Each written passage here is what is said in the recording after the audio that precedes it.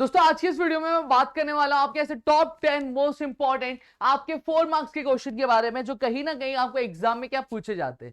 अब यहाँ पे एक चीज मैं आपको बता दूं कि चैनल पे आपके लिए कई सारी चीजें आ रही है, आपके लिए इंपॉर्टेंट स्ट्रैटेजी वीडियो आ रही है कि कम टाइम में आप कैसे पढ़ के आप अच्छा खासा क्या स्कोर कर सकते हो।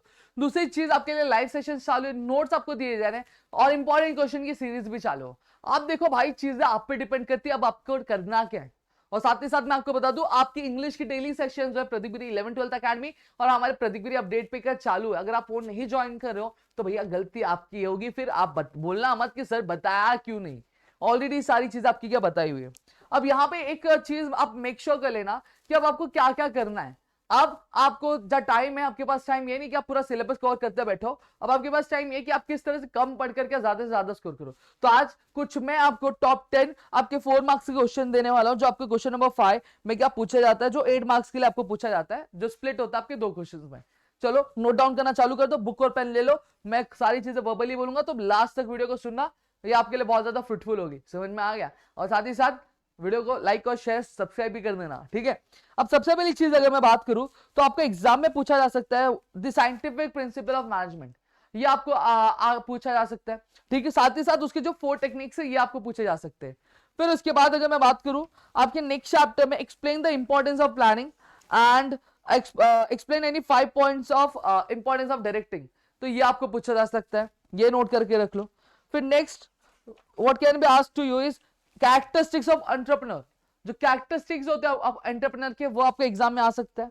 फिर नेक्स्ट 4 टाइप के जो डिपॉजिट होते हैं, आपका फिक्स डिपॉजिट, रिकरिंग डिपॉजिट, फिर उसके बाद सेविंग डिपॉजिट, तो डिमांड डिपॉजिट, ये सारी चीजें आपको एग्जाम में आ सकती है। फिर उसके बाद अगर मैं बात करूं 4 types of life insurance policy, ये आपको क्या ध्यान में रख लेना है। फिर यहां पे अगर मैं बात करूं तो व्हाट इज बीपीओ, और बीपीओ के साथ आपको केपीओ भी करके क्या रख लेना है, ठीक है। फिर responsibility of business towards employees, क्या होता है ये आपको करके रखना है। अब एम्प्लॉइज के साथ साथ आपको गवर्नमेंट वाला भी जो पार्ट है वो कर लो, ठीक है। ये आपको करके रख लेनी है, ठीक है। मैं ये देने यहाँ पे 10, लेकिन मैं आपको दे रहा हूं बहुत अच्छी खासे। और state any 4 rights of consumers, ये तो भाई जब मैंने बोर्ड एग्जाम दिया था तभी भी ये बोर्ड एग्जाम में क्या पूछा गया था कि 4 राइट्स ऑफ आपके consumers, right to safety, right to information, right to redress, right to hear. तो ये सारे जो हमारे पॉइंट्स है, अभी भी मुझे याद है 12th स्टैंडर्ड के एग्जाम में मैंने भी ये पॉइंट्स लिखे थे, ठीक है। तो ये आपको एग्जाम में पूछा जाएगा और बस इतनी ही चीज है। तो फटाफट से जाके चेकआउट कर लो, नोटबुक में मेरे ख्याल से नोट कर लिया होगा, और फटाफट से दोस्तों भी शेयर करो। अगर आप चाहते हो ऐसी और भी सीरीज मैं आपके लिए लेकर आओ तो कमेंट करो, दोस्तों शेयर करो। भाई मोटिवेशन बढ़ाओ यार, आपके लिए इतनी सारी चीजें आ रही और आप हो कि अभी भी सोए पड़े हो भाई, कॉमर्स वाले हो। अब तो जाग जाओ, अब तो जाग जाओ। अभी भी नहीं जाग रहे हो तो भाई गलती आपकी हो जाएगी कि अगर बाद में बोलना मत से परसेंट नहीं आए, क्योंकि एग्जाम में आपके मैं बताता हूँ आपकी एंट्रेंस एग्जाम नहीं होती, आपके परसेंट के बेसिस में एडमिशन होते हैं। तो अगर चाहते हो कि टॉप कॉलेजेस में एडमिशन हो तो फटाफट से क्या करने ना, पढ़ाई करना चालू कर देना।